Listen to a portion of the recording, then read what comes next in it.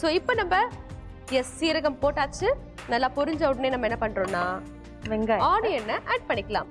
Onion குட்டி குட்டியா நறுக்கி வச்சிருக்கோம், அதை நம்ம ஆட் பண்ணிக்கலாம். கொஞ்சமா உப்பு போடுங்க. சிட்டிக்கை உப்பு போடுங்க. சிட்டிக்கை உப்பு, ஜஸ்ட் சிட்டிக்கை. இது வந்து ஆனியனுக்கு மட்டும்தான்.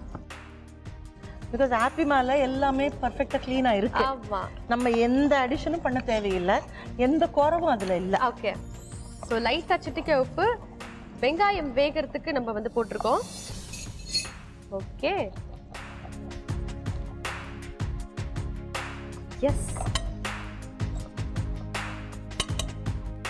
இதுல வந்து நம்ம எந்த விதமான காய்கறிகள் எதுவுமே நம்ம ஆட் பண்ணல. மீல் மேக்கர்ல அதனால தான் ஹாட் அண்ட் ஸ்பைசி போடுறோம். ஓகே, இப்போ மீல் மேக்கரை போட்டுறலாம். ஓகே. சோ தேவையான அளவுக்கு மீல் மேக்கர் வச்சிருக்கோம். அந்த மீல் மேக்கரை இதுல நம்ம ஆட் பண்ணிக்கலாம்.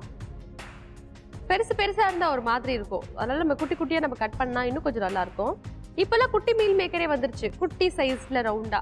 அது இன்னும் கொஞ்சம் நல்லா இருக்கும்ல? இல்ல, ஆனா அது வந்து அதுல சொரத்து இல்ல.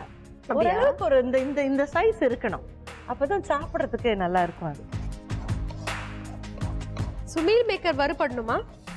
இல்ல, ஜஸ்ட் ஒரு பெரட்டுறேன், அவ்வளவுதான். நதிங்ஸ். இது இப்போ இந்த ஹாட் அண்ட் ஸ்பைசியை எஸ், நம்மளுடைய ஹாப்பி மா ஃப்ரைட் ரைஸ் மிக்ஸ், அதுவும் ஹாட் அண்ட் ஸ்பைசி ஃப்ளேவர் இப்போ நம்ம யூஸ் பண்ண போறோம். ஸோ இந்த பவுடர் நம்ம யூஸ் பண்ணாலே போதும், நம்ம உப்பு போடணுன்ற அவசியமே கிடையாது, எல்லாமே இதுல இருக்கு.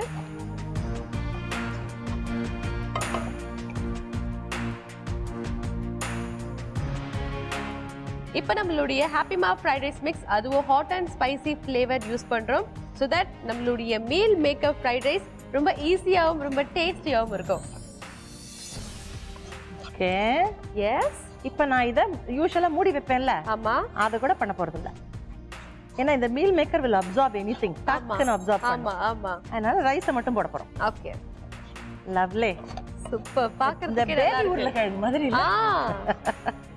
குழந்தைகளுக்கு ரொம்ப பிடிக்கும். யப். சோ இப்போ நம்ம ரைஸ் ஆட் பண்ணிக்கலாம். ரைஸ் கொடுங்க. Rice. So rice any kind of rice, அது பாஸ்மதி ரைஸா இருக்கலாம், நார்மல் ஒயிட் ரைஸா இருக்கலாம். அது யூஸ் பண்ணிக்கோங்க. அந்த ரைஸ் ட்ரையா தான் இருக்கணும், அவ்வளவுதான். அதுதான் கணக்கு. ஓகே, ட்ரையா இருந்தாதான் இந்த பொலப்பொலப்பு கடை. இப்படி பண்றேன் பாத்தீங்களா? ஆமா. இதுல வந்து அது மசிஞ்சு போகாது, ஓகே, பொலப்பொலன்னு இருக்கும். மசிஞ்சு போச்சுன்னா தென் அந்த ரைஸ் நம்ம இதுக்கு யூஸ் பண்றது அவ்வளவு நல்லது இல்லை. சரி, இதை மிக்ஸ் பண்றீங்களா? எஸ். இந்த கலர், இந்த டெக்ஸ்சரே பாத்தீங்கன்னா ரொம்பவே நல்லா இருக்குல்ல?